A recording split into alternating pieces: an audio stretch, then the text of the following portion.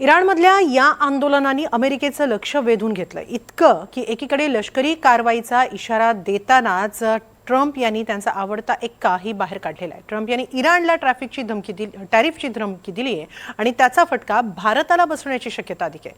मात्र त्याच वेळी या धमकीमुळे फार काही बिघडेल असं वाटत नाही, कारण ट्रम्प धमकी येताच भारत ज्या ज्या वस्तूंची इराणला निर्यात करतोय त्या वस्तूंचे शेअर्स वाढलेत। पाहूया नेमकं काय घडलंय।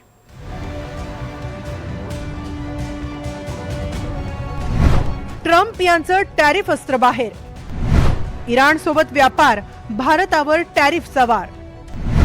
ट्रम्प यांची धमकी यशस्वी की फेल? अमेरिकेचे राष्ट्राध्यक्ष डोनाल्ड ट्रम्प यांनी इराण सोबत व्यवसाय करणाऱ्या देशांवर 25% शुल्क अर्थात टॅरिफ लावण्याची घोषणा केली आहे। ट्रम्प यांनी सोमवारी रात्री ट्रुथ सोशलवर पोस्ट करून ही घोषणा केली। जो देश इराण सोबत व्यापार करेल त्याला अमेरिकेसोबतच्या व्यापारात 25% शुल्क आकारलं जाईल। हा निर्णय तात्काळ प्रभावाने लागू होईल।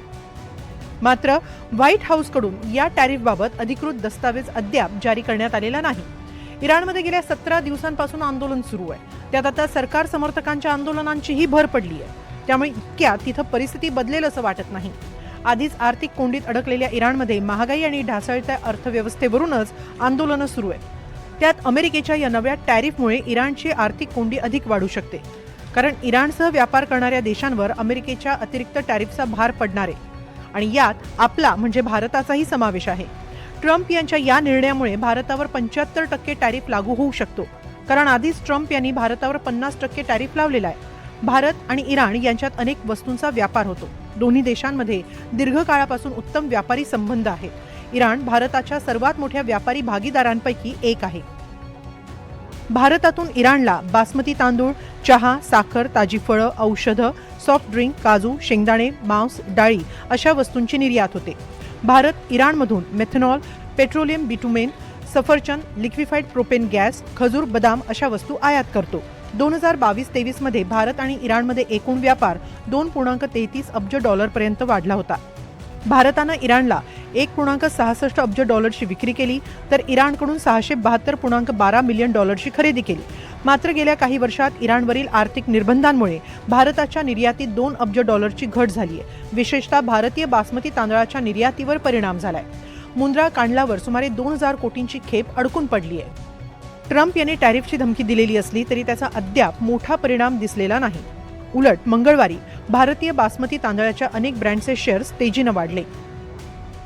दावत ब्रँडचे निर्यातदार LT फूड्सचे शेअर्स 4% वाढून 366.75 वर गेले। इंडिया गेटच्या KRBL लिमिटेडचे शेअर्स 3.35% वाढून 363 वर गेले। AWL ॲग्री बिझनेस लिमिटेडचे शेअर्स 2% वाढून 225.50 वर गेले। GRM ओव्हरसीज लिमिटेडचे शेअर्स 8% वाढले। इराणमध्ये भारतीय बासमती तांदळाला मोठी मागणी आहे, तशी ती अमेरिकेतही आहे। मात्र अमेरिका ही भारतीय तांदळासाठी तुलनेनं एक छोटी तरीही महत्त्वाची बाजारपेठ मानली जाते। त्यामुळे भारतीय व्यापाऱ्यांच्या मते टॅरिफ वाढलं तरी त्याचा फार मोठा परिणाम जाणवणार नाही। 2024 मध्ये भारतानं अमेरिकेत 2,34,000 टन तांदूळ निर्यात केला। एकूण जागतिक व्यापारात हे प्रमाण 5%नीही कमी आहे।